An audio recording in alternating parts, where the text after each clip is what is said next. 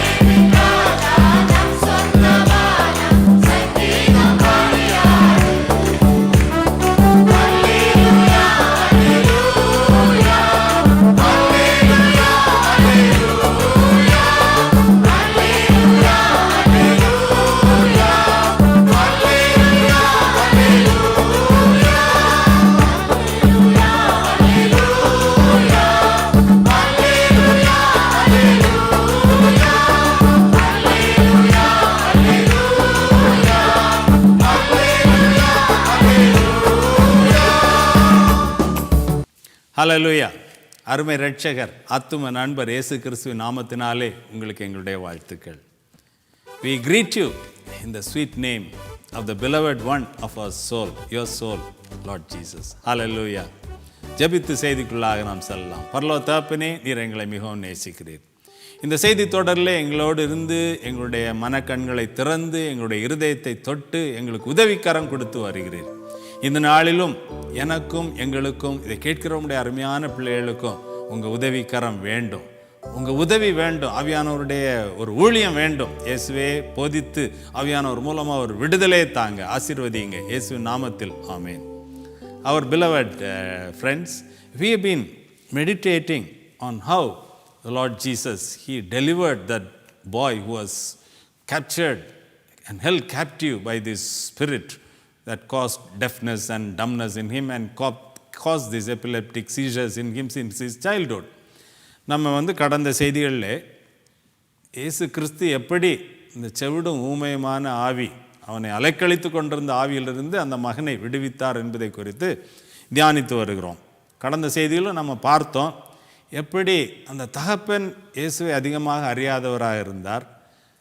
அந்த மகனுக்கு தனக்கே உதவி செய்யக்கூடிய அந்த ஒரு திறன் இல்லாத நிலைமையிலே சத்துரு அவனை கட்டி வைத்திருந்தான். அவனுடைய சித்தம் அங்கே கட்டப்பட்டிருந்தது. அவன் அப்படி மயக்கமாய் விழும்பொழுது அவனுக்கு ஒன்றுமே தெரியாது. He will not be exercise his will, he will not be exercise his thoughts, emotions in the right way. அந்த மகன் அந்த ஆவியினாலே பிடித்து அவன் அலைக்கழிக்கப்படும் பொழுது he is totally helpless. அந்த அப்பாவுக்கு அதை குறித்த ஒரு உள் உணர்வு இருக்கிறது, அறிவு இருக்கிறது. ஆனால் அவரும் அங்கே உதவியற்றவராக பலவீனராக காணப்பட்டார். So whenever this spirit is seizing him, this son, it's making him totally unconscious. So he doesn't know what's happening. His will, emotions and his thoughts are totally captured by the enemy. His body is under the attack of the enemy and is trying to destroy him. And so this boy is totally helpless. His father has got good insight into his problem, but he is not able to help. He has gone to so many places and he has not been able to help. சரி, கடந்த செய்தியில் நம்ம பார்த்தோம் எப்படி அசுத்த ஆவி நம்முடைய வாழ்க்கையை அல்லது இன்னொருடைய வாழ்க்கையை அங்கே அது விதமாக பிடித்து அவர்களை அழிக்க முயற்சிக்கிறது என்பதை எப்படி அடையாளம் கண்டுகொள்ளலாம் என்று சொல்லி நம்ம பார்க்க ஆரம்பித்தோம். So we began to see how we can recognize that the enemy spirits are trying to attack our lives or someone dear to us, and what are the symptoms. We saw if someone is having difficulty in exercising their will, then there is a problem. God doesn't interfere with your will. He only strengthens your true knowledge so that you are able to strengthen your will and make good decisions. So இதற்கு மாறாக உங்களுடைய சித்தத்தை பலவீனப்படுத்துகிறது அந்த பொல்லாத அசுத்தாவியினுடைய பொல்லாத கிரியை. We saw about thoughts, clarity in thoughts. அந்த சிந்தையிலே ஒரு தெளிவு, அது தேவன் நமக்கு தருகிற ஒரு ஈவு. Hallelujah. Lord Jesus, the friend of our soul, again, He strengthens our will. He gives us the knowledge to make good decision. He gives us wisdom. And also He gives us clarity in thought. He has given us a sound mind. நமக்கு நல்ல ஒரு தெளிந்த ஒரு பலனுள்ள ஒரு ஆவி புத்தியை அவர் கொடுத்திருக்கிறார் இயேசு. Amen. And our emotions. The word of God says, rejoice in the Lord always. தேவனுடைய வார்த்தை சொல்லுகிறது கர்த்தருக்குள்ள எப்பொழுதும் நீங்கள் மகிழ்ச்சியாக இருங்கன்னு சொல்கிறது. That is the only emotion allowed in the life of a child of God. இயேசு கிறிஸ்துவை நண்பராக கொண்டு அவரை இரட்சகராக கொண்டிருக்கிற ஒரு பிள்ளைகளுடைய வாழ்க்கையிலே தேவன் எதிர்பார்க்கிற ஒரே அந்த உணர்ச்சி மகிழ்ச்சி. ஹல்லேலூயா. இதுதான் ஒரு வாழ்க்கைக்கு முழுமையான பாதுகாப்பு, வளர்வதற்கான பாதுகாப்பாக இருந்து கனி கொடுக்கத்தக்கதான ஒரு வாய்ப்பு.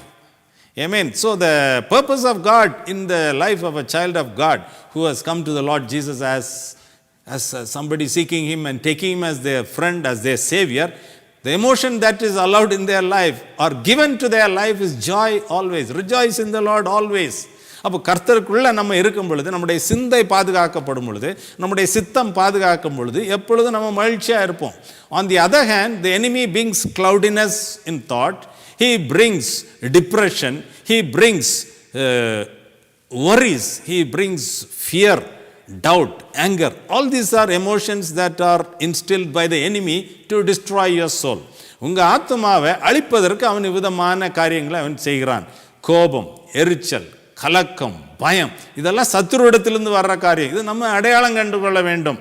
இயேசுவிடத்தில் வரும் பொழுது, அவரை நோக்கி பார்க்கும் பொழுது, இயேசுவே நீங்கள் என்னை ரட்சிங்கன்னு சொல்லி கூப்பிடும் பொழுது அவர் நமக்கு உதவிக்கரம் கொடுத்து ரட்சிக்கிறவராக இருக்கிறார். ஆமென். அப்போ அந்த அப்பாவை குறித்து நம்ம பார்த்தோம். we saw about the father. He had gone to many places, tried, and he was helpless. This was maybe his last chance. He thought he will try Jesus. He had heard about him. அங்கே வந்து அவருக்கு முன்னால் நிற்கும் போது தான் அவர் புரிந்து கொள்கிறாரு, அவருக்கு விசுவாசம் தேவைன்னு. அந்த சிறிய ஒரு வினாடிக்குள்ளால இயேசு அந்த அவருடைய பிரசன்னத்தினால, அவருடைய அன்பினால், அவருடைய போதனையினால, இங்கே வாயா, உன் மகனுக்கு விடுதலை வேணும், ஆனால் உன் விசுவாசம் இதில் தேவைப்படுகிறது, நீ விசுவாசத்தை உனக்கு முடியும் அப்படின்னு சொல்லி எங்கள் விசுவாசத்தை அவனுக்குள்ளால் அவர் உருவாக்கி அதன் விளைவாக அவன் இருதயம் தொடப்படுகிறது. See, in that short moment his heart is touched. Till then he is only intellectually thinking and he is under stress. He doesn't know what's going to happen. But when he meets the Lord Jesus, his heart is touched. His heart is broken. He realizes that he is in front of a Savior. And he is helpless, but he needs help and he can get that from his Savior. இப்போ அவர் வந்து இயேசுக்கு முன்னால் நிற்கிறாரு. இவ்வளோ நாள் அவர் மனதினால தான் அவர் plan பண்ணி சிந்தித்து எல்லாம் முயற்சி பண்ணி சோர்ந்து போய் வந்து நிற்கிறாரு. இப்பொழுது அவருடைய இதயம் தொடப்படுகிறது. அப்போ அவருக்குள்ள ரெண்டு காரியங்களை பார்க்குறாரு. ஒரு பக்கத்தில் விசுவாசம், அங்கே முதல்ல முழுவதும் விசுவாசமே இல்லை. First there was no faith at all. But now having met Jesus, having heard his word, he is getting faith. And when he hears the Lord Jesus telling him, if you can believe, all things are possible to him who believes, he breaks down. பாருங்க, எனக்குள்ள விசுவாசம் வருது, ஆனால் அவிசுவாசம் இன்னும் முழுவதும் போகலை, எனக்கு உதவி செய்யுங்க. See, this is what the Lord Jesus needs to deliver a person. அவர்கிட்ட வந்து நம்ம உண்மை அப்படி இருதயம் உடைஞ்சி இயேசுவே எனக்கு விடுதலை வேணும்னு கேட்டால் அவர் யாருன்னு பார்க்க மாட்டார். நீங்கள் எந்த மதம், நீங்கள் எந்த பின்னணி, பழைய காலத்து வாழ்க்கை எப்படிப்பட்டது எல்லாம் ஒன்றும் பார்க்குறதில்ல. இன்றைக்கு இருக்கிற சூழ்நிலையில் இயேசுவே எனக்கு உதவி வேணும், உங்கள் வார்த்தையை நான் இப்போ கேட்டு விசுவாசிக்கிறேன், எனக்கு உதவிக்கிறேன் கொடுங்க அப்படின்னு சொன்னால் அவர் உங்களை தொடுகிறவராக இருக்கிறார். But has to come from the heart. இருதயத்திலிருந்து வரும் பொழுது அவர் நிச்சயமாக உங்களை விடுவிக்கிறவராக இருக்கிறார். சரி, we see about the boy how he is dumb. அந்த அப்பா சொன்னார் அவர் வந்து ஊமையாக ஆக்கி வச்சிருக்கிறதுன்னு. ஆனால் இயேசு அந்த ஆவியை அதட்டும் பொழுது அவர் என்ன சொல்கிறாரு, செவிடும் ஊமையமான ஆவியே இவனை விட்டு வெளியே போங்கிறார். அந்த ஆவியிட்ட போய் அவர் பேசி உன் பேர் என்ன ஒன்றும் கேட்கவில்லை. அந்த கிரியை அவர் சொல்லி அந்த கிரியை செய்கிற அந்த அசுத்த ஆவியை நீ வெளியே போ, திருப்பி அவனுக்குள்ளே வராதுன்னு அவர் கட்டளை இடுகிறார். உடனே அது அங்கே வெளியே வந்து விடுகிறது. ஹல்லேலூயா. அப்போ இயேசுவண்டை வரும் பொழுது அவருடைய அதிகாரத்துக்கு கீழே தான் எல்லா ஆவிகளும் அங்கே இருக்கிறது. ஆமேன்.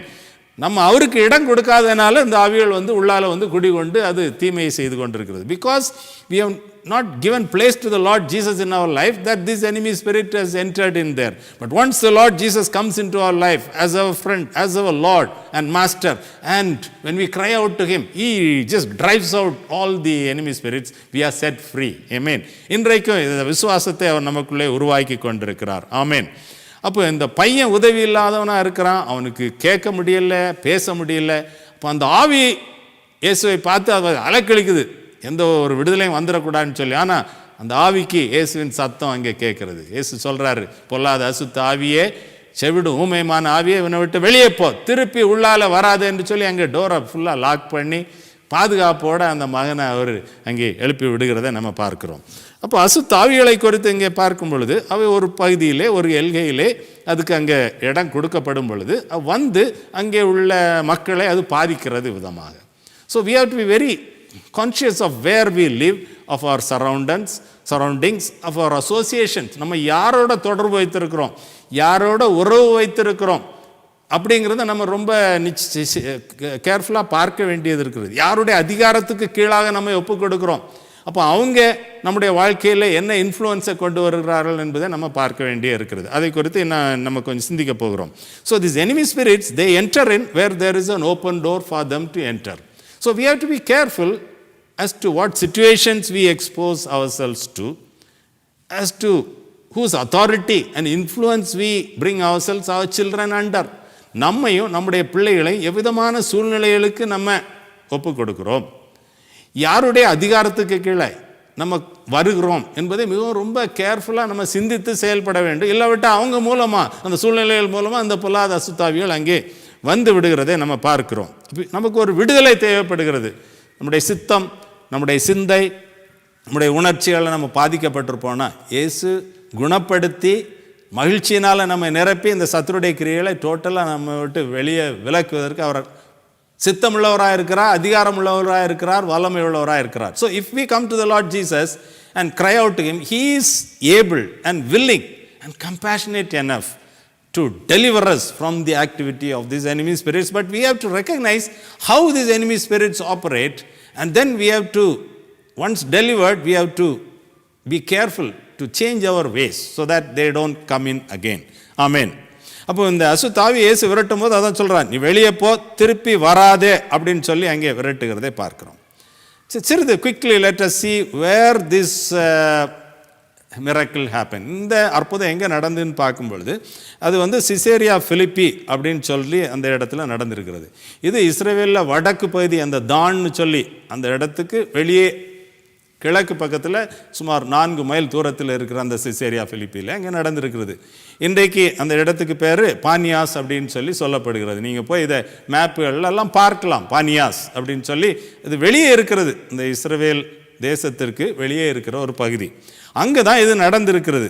அங்கே பொல்லாத அசுத்த ஆவிகளை இவங்க வழிபடுகிறவங்களாக இருந்தாங்க அந்த ஜனங்கள்.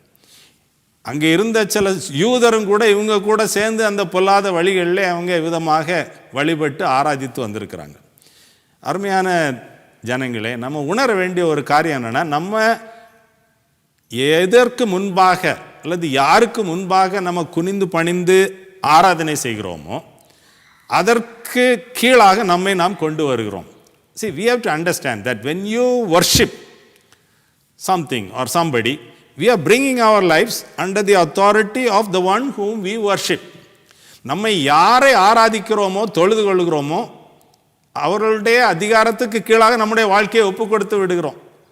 அப்போ ரொம்ப இது கவனமாக இருக்க வேண்டிய ஒரு காரியம். அந்த இடத்தில் இருந்த ஜனங்கள் இந்த தெய்வம் அல்லாதவர்களை அவங்க வழிபட்டு வந்தார்கள். So there was a great Greek influence there, and this Greek so-called god called Pan, whose image was half human, half animal, half goat.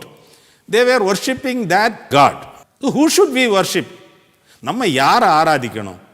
The only one who we should worship is our God, who has created us, who loves us, who cares for us, who delivers us, who saves us. அவரை தான் நம்ம ஆராதிக்க வேண்டும். நம்ம ஆராதிக்க வேண்டியது, அல்லது if you want to worship should be offered to your creator. உங்களை சிருஷ்டித்திருக்கிற ஜீவனுள்ள தேவனுக்கு தான் நீங்கள் என்ன செய்ய வேண்டும்? தொழுகை அல்லது ஆராதனையை செலுத்த வேண்டும். இந்த கிரேக்க அந்த தேவன், இவங்க தேவன்னு சொல்லி வழிபட்டு வந்த அந்த தேவன் பாதி மிருகம் பாதி மனிதன். இதை இவங்களாகவே கற்பனையினாலே இவங்க சிருஷ்டித்து அதற்கு முன்பாக இவங்க தொழுது கொண்டிருந்த ஒரு இடம் தான் இந்த சிசேரியா பிலிப்பி, இந்த பானியாஸ் சொல்லக்கூடிய இடம். நான் சொன்னேன், நம்ம யாரை ஆராதிக்கிறோமோ யாரை தொழுது கொள்கிறோமோ அவர்களுக்கு நம்ம மேலே அதிகாரம் வந்து விடுகிறது. So in a particular territory, in a particular area, the people are worshipping that which is not the true God.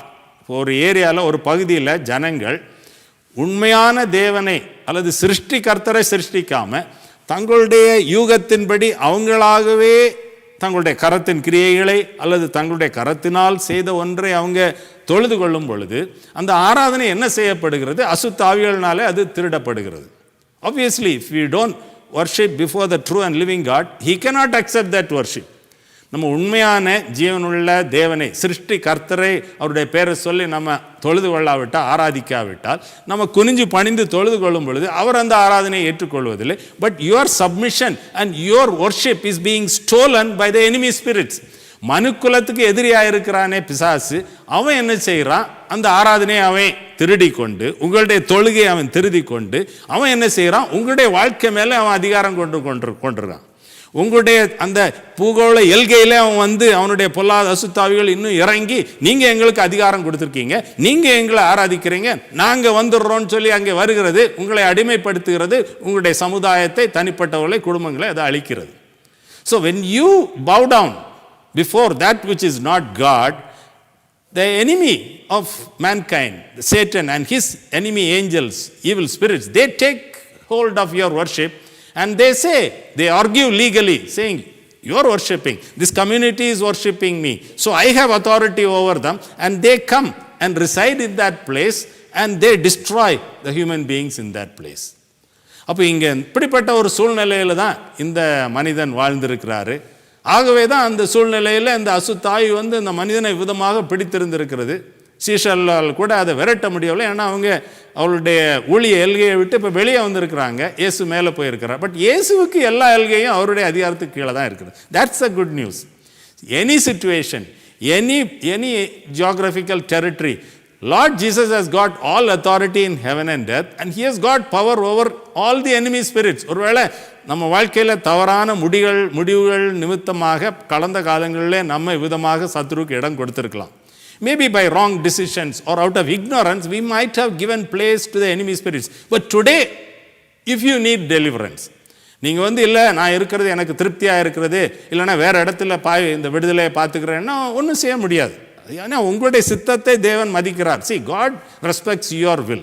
You can use knowledge and make a decision. And if you decide and say, okay, I don't need this Lord Jesus, I can go and seek help anywhere else. Let me try for some more time. It is your choice. And God respects the will of a person. But if you today are at the brink of breakdown, இன்றைக்கு நீங்கள் உங்கள் முயற்சியின் எல்கையில் நான் எல்லாம் செய்து பார்த்தாகிவிட்டது, இது எனக்கு புதிதாக இருக்கிறது, இதை நான் என்னுடைய வாழ்க்கையில் அனுபவித்து இயேசுவை நான் கூப்பிட்டு அவருடைய உதவியை பெற்றுக்கொள்ள நான் வந்திருக்கிறேன்னு சொன்னால் நிச்சயமாக அவர் உங்களை தள்ள மாட்டார். So if today you are willing to humble yourself and seek help from the Lord Jesus, he is willing and he is able to help you and deliver you. But you have to recognize that underneath all these problems is a worship problem. இது எல்லாத்துக்கும் அஸ்திபாரமாக இருக்கிறது உண்மையான ஆராதனை இருக்குதா இல்லையாங்கிறத பொறுத்து இருக்கிறது. அப்போ இயேசு இன்னைக்கு நீங்கள் கூப்பிட்டீங்கன்னா அவர் உங்களை விடுவிப்பார். ஆனால் திருப்பி இந்த விதமாக பொல்லாத அசுத்தாவிகள் உங்கள் வாழ்க்கையின் எல்லைக்குள்ளே வராமல் இருக்க வேண்டும்னு சொன்னால் உங்களுடைய வாழ்க்கையிலே ஆராதனை நீங்கள் சீர்படுத்தி கொள்ள வேண்டும். So if Jesus will deliver you if you cry out to him, he is compassionate, he is able to help you and deliver you. He is the savior of mankind. But if you don't want these problems to come again and trouble you, you have to recognize where the problem is with regard to worship. We need to become true worshippers of the true living God. அப்போ அது நம்முடைய வாழ்க்கையில் செய்ய வேண்டும். இங்கே அந்த தகப்பனை தான் செய்கிறார். கடைசியில் இயேசுக்கு முன்னால் அவர் முழங்கால் படிக்கிறார். இயேசுவை அவர் தேவன் என்று அவர் அறிந்து கொள்ளுகிறார். அந்த அறிவு அந்த சிறிது நேரத்துக்குள்ளே பாருங்கள் எவ்வளவு இயேசுவின் பிரசன்னத்தில் வந்தவொடனே. அப்போ அவரை கூப்பிட்டு, இயேசுவே, ஆண்டவரே, எனக்கு விசுவாசம் இருக்குது, அவிசுவாசம் இருக்குது, எனக்கு உதவி செய்யணும்னு கேட்டார். சிம்பிளாக உண்மை அப்படி சொன்னார், அவ்வளோதான். உடனே அங்கே விடுதலை. ஆமேன். So that's very important thing. அப்போ நம்ம யாருடைய அதிகாரத்துக்கு கீழே நம்ம கொண்டு வருகிறோம் பாருங்கள். இந்த இடத்துல பார்த்தோம், அந்த மத தலைவர்கள் இயேசு வர்றதுக்கு முன்னால் அங்கே சீஷர்களோடு அவங்கெல்லாம் அங்கே தர்க்கம் பண்ணிகிட்டு இருக்காங்க. இந்த பிரச்சனை அங்கே வந்தோடனே அவங்க யாரையும் காணவில்லை. Because they did not have the solution for these people. See, the religious dealers, they were coming and arguing with the disciples of the Lord Jesus when Jesus came down. But the moment this problem surfaced, they all disappeared because they did not have a solution to help and deliver this poor boy. இந்த அருமையான இந்த தம்பி அல்லது இந்த பையனை விடுவிக்கத்தக்கதாக அவங்களிடத்தில் வல்லமை இல்லை, அதிகாரம் இல்லை, அந்த மனதுருக்கம் இல்லை.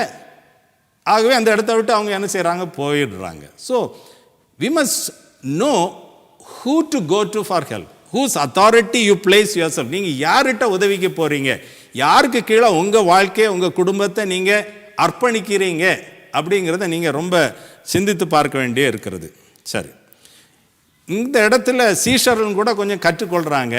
ஆகவே இந்த செய்தி தொடர்லையும் நம்மளும் இயேசு கிறிஸ்துவனுடைய சீஷராக இருக்கிறோம், ஒருவேளை ஊழியத்தை செய்கிறவங்களாக இருக்கிறோம். நமக்கும் அவர் கற்றுத்தருகிறவராக இருக்கிறார். நம்ம வாழ்க்கை பிரயோஜனம் இல்லாதமாக இருக்கக்கூடாது, நம்ம வாழ்க்கை வல்லமை இல்லாததாக இருக்கக்கூடாது. See, today or in this series, the Lord Jesus is teaching us as his disciples. He is strengthening us so that our lives should be revealing the power and glory of Jesus. We should not be powerless in our lives. The Lord Jesus should be able to work through our lives and bring deliverance to people like this. இப்படிப்பட்ட சூழ்நிலை இருக்கிறவங்களுக்கு அவங்களுடைய சூழ்நிலையை அறிந்து அவங்களுக்கு உதவி செய்து இயேசு கிறிஸ்து நம்ம மூலமாக அவங்களுக்கு விடுதலையை கொண்டு வர்றவங்களா நம்ம மாற வேண்டும். அதற்கு நம்ம இன்னும் டைம் எடுக்கக்கூடாது. Quickly we have to come to that. Amen. ஒரு வசனத்தை நம்ம இங்கே பார்க்க போகிறோம். 2 நாளாகும் 7வது அதிகாரம் 14வது வசனத்தை பார்க்கும் பொழுது, என் நாமம் தரிக்கப்பட்ட என் ஜனங்கள் தங்களை தாழ்த்தி ஜெபம் பண்ணி என் முகத்தை தேடி தங்கள் பொல்லாத வழிகளை விட்டு திரும்பினால் அப்பொழுது பரலோகத்தில் இருக்கிற நான் கேட்டு அவர்கள் பாவத்தை மன்னித்து அவர்கள் தேசத்துக்கு சேமத்தை கொடுப்பேன் அப்படின்னு சொல்லியிருக்கார். 2 Chronicles 7:14, if people who are my people called by my name, இப்போ தேவனுடைய நாமம் தரிக்கப்பட்ட தேவ பிள்ளைங்கள் தங்களை தாழ்த்தி அவருடைய முகத்தை தேடி தங்களுடைய குறைகளை அவங்க உணர்ந்து பாவத்தை உணர்ந்து அறிக்கையிட்டு அவங்க மனம் திரும்பி அதெல்லாம் விட்டு வழி திரும்பும் பொழுது அவர் என்ன செய்கிறாரு? தேவ பிள்ளைகளுடைய பாவத்தை மன்னிச்சு அதன் விளைவு என்ன? தேசத்தில் சேமம் உண்டாகிறது. அப்போ நம்ம இன்றைக்கு we have to check our own worship life. The leaders, the disciples, we have to rectify our worship life. We have to be aggressive in going forward, in humbling ourselves, seeking the Lord and worshiping Him. And then there will be healing in the land. அதான் அங்கே இயேசு சொல்கிறார். கடைசியில் அவங்க கேட்குறாங்க சீஷர்கள், எதனால எங்களால் முடியலை? அவர் சொல்கிறாரு, ஒன்று உங்கள் விசுவாசம் அந்த இடத்துல இல்லை, because they had not been intimate with the Lord Jesus. There was a disconnect when Jesus went to the Mount of Transfiguration. So their faith level had gone down. This should not happen. So we have to be intimate and close to the Lord Jesus. இயேசு அண்டையில் நெருங்கி இருந்து அவருடைய வார்த்தை அனுதினம் கேட்டு அந்த ஜீவனுள்ள வார்த்தையினால விசுவாசம் எப்பொழுதும் முழு அளவில் இருக்க வேண்டும். இரண்டாவது அவர் சொல்கிறார், இது இந்த விதமான பிசாசு இது ஜெபத்தினாலும் உபவாசத்தினாலும் தான் இது விரட்ட முடியும். அப்போ அந்த இடத்துல ஜெபத்திலே உபவாசத்திலே என்ன செய்கிறோம்? தேவ பிள்ளைகள் தேவ ஜனங்கள் நம்மை தாழ்த்துகிறோம், நம்முடைய ஆத்துமாவை தாழ்த்துகிறோம், பெருமையை அங்கே நம்ம விட்டு விலக்குகிறோம், நான் என்கிற அந்த அகந்தையை விலக்குகிறோம், நம்முடைய வாழ்க்கையில் உள்ள குறைகளை அறிக்கையிட்டு பாவங்களை அறிக்கையிட்டு அவருடைய முகத்தை தேடுகிறோம். அந்த இடத்துல அவர் நம்மை மன்னித்து இந்த பொல்லாத அசுத்தாவிகளுடைய கிரியை அங்கே நீக்கி அவரை தொழுது கொள்ளும் பொழுது அந்த தவறான தொழுகையினால் வந்த எல்லா பிரச்சனைகளிலிருந்தும் தேசத்தை அவர் குணப்படுத்துகிறார். பெரிய பொறுப்பு உங்கள் மேலே என் மேலே. ஜெபிப்போமா?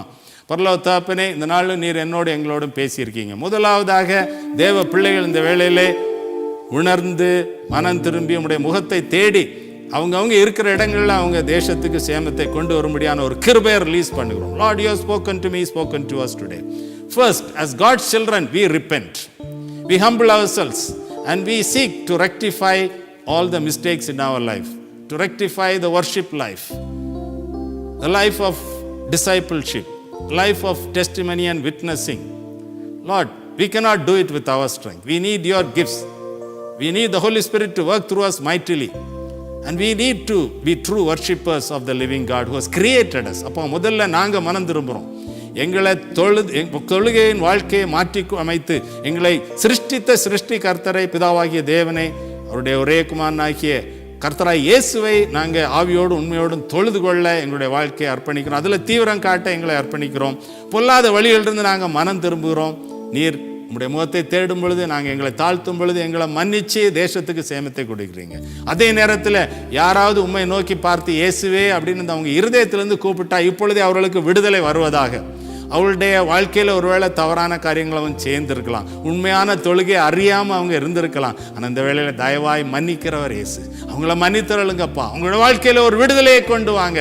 Lord, if anybody is crying out to you from their heart for deliverance, in Jesus' name, if they cry out to you calling upon your name, Lord Jesus, forgive them.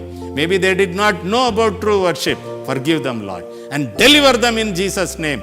And, oh Lord, drive out the enemy spirits and all the influences from their lives and their families, and protect them and teach them and lead them in the right way. Let them take you as their Savior, as their friend of soul, and be blessed and be protected in the days to come.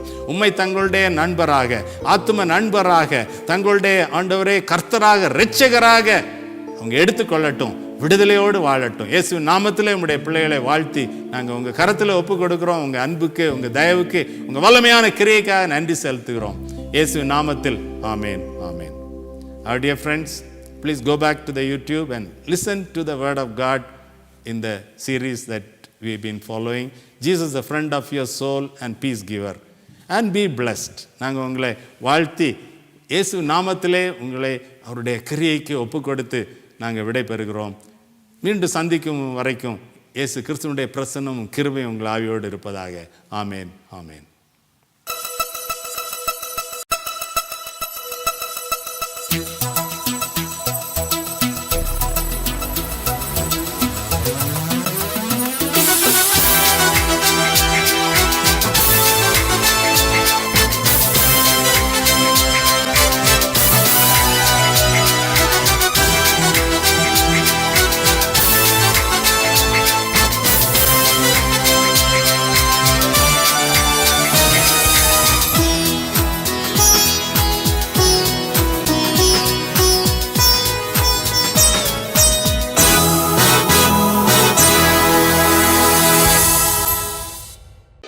நமது ஜெபம் டிவியில் இயேசு உங்கள் ஆத்தும நண்பன்.